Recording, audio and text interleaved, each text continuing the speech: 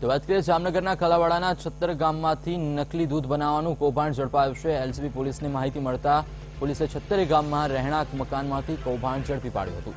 તો ઘરમાં નકલી પાવડર અને સોયાબીન તેલમાંથી દૂધ બનાવવામાં આવતું હતું, ત્યારે હવે પોલીસે દરોડા પાડીને 500 લીટર દૂધ અને એક ટેન્કર સહિતનો મુદ્દામાલ કબજે કર્યો છે। તો આ સાથે જ પોલીસે એક વ્યક્તિની પણ ધરપકડ કરી છે, ત્યારે હવે પોલીસે દરોડા પાડીને આગળની કાર્યવાહી શરૂ કરી છે। તો આ અંગે વધુ વિગત આપવા અમારી સાથે જોડાઈ ગયા છે મારા સંવાદદાતા નથુ।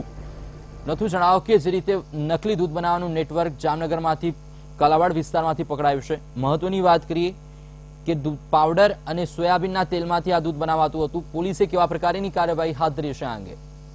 ચોક્કસથી જણાવી દઉં, કાલાવાડ તાલુકાના છત્તર ગામનું આ કૌભાંડ છે।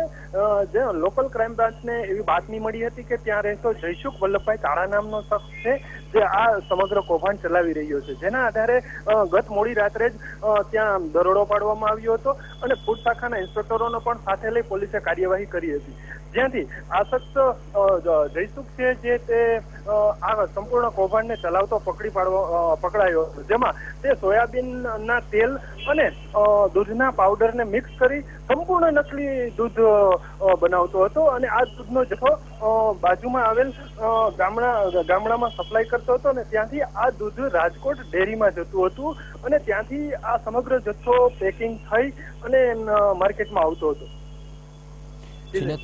સમગ્ર માહિતી બદલ આપનો ખૂબ ખૂબ આભાર।